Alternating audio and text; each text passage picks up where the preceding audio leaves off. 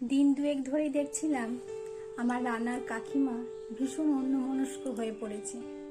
খেতে বসে দেখি আলু ভাজার আলু পুড়ে গেছে, ডাল করতে বলেছিলাম অথচ খাওয়ার সময় দেখলাম ডাল বানায়নি। এমন তো হয় না, দিন দুই তিন এই রকমই চলছিল। এটা মিসিং, ওটাতে নুন নেই। বিরক্ত হলো, সেভাবে কিছু বলিনি। মানুষটা আসলে খুব ভালো, ভেবেছি ভুল তো হতেই পারে। কিন্তু ব্যাপারটা 3 দিন চলার পরে জিজ্ঞাসা করতে অত্যন্ত সংকুচিত হয়ে বলল, ভুল হয়ে গেছে। মুখটা দেখেই কেমন একটা সন্দেহ হলো। পিঠে হাত রেখে বললাম, কাকিমা বাড়িতে কিছু হয়েছে তোমার? মনটা খারাপ আছে নাকি? পিঠে হাত রাখতেই চোখটা ছলছল হয়ে উঠল। বলল, হ্যাঁ, ওই একটু মন খারাপ। বললাম, ছেলে বৌমার সঙ্গে কিছু হয়েছে? কেউ কিছু বলেছে? কাকিমা বলল, হয়তো আমারই দোষ।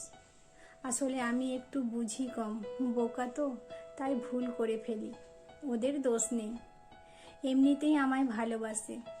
ঠিক কি হয়েছে বলল না, কারোর কোনো নিন্দাও করলো না, শুধু কষ্ট পাওয়ার অনুভূতিটুকু ভাগ করে নিল। পরের দিন দেখি আবার হাসি মুখে হাজির। আমি বললাম, সব ঠিক আছে তো? হেসে বলল, আমি তো কাউকে কিছু বলতে পারি না, মনে মনে কষ্ট পায়। তাই বাড়িতে গিয়ে বললাম, সব কাজের বাড়িতে কাজে ভুল হয়ে যাচ্ছে। বাড়িতে এইরকম পরিবেশ থাকলে কেউ বাইরে কাজ করতে পারে? তো ওরাও বলল, ওদেরও নাকি বাইরে গিয়ে কাজকর্ম ভুল হচ্ছে। ছেলে বলল, এবারে সবার কাজ চলে যাবে, তখন বাড়িতে বসে ঝগড়া করে পেট ভরাবো। তারপর থেকে সব ঠিক হয়ে গেছে। বিষয়টা খুব সামান্য, কিন্তু ভালো লাগলো মানুষটা কারো কোনো নিন্দা করলো না। সাধারণত এসব সুযোগে শাশুড়িরা বউয়ের আর বৌমারা শাশুড়ির নিন্দে করে, দোষারোপ করে নেয়। কি সুন্দর বলল, হয়তো আমারই কিছু ভুল হয়েছে। আগেকার মানুষ তো, সব বুঝি না অত। আসলে আমি ঠিক, বাকিরা সবাই ভুল, এটা প্রমাণ করতে গিয়ে অর্ধেক মনোমালিন্য যুদ্ধের দিকে যায়। কথার উপরে কথার পাহাড় জন্মে তিক্ততা বেড়ে যায়।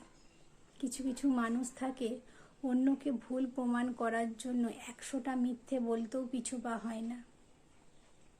আসলে নিজেকে গলার জোরে উৎকৃষ্ট প্রমাণ করতে হয় না, তার আচরণ, তার ব্যবহারই এগুলোর প্রমাণ বহন করে চলে। কলমে অর্পিতা ঘোষ, কণ্ঠে মামনি।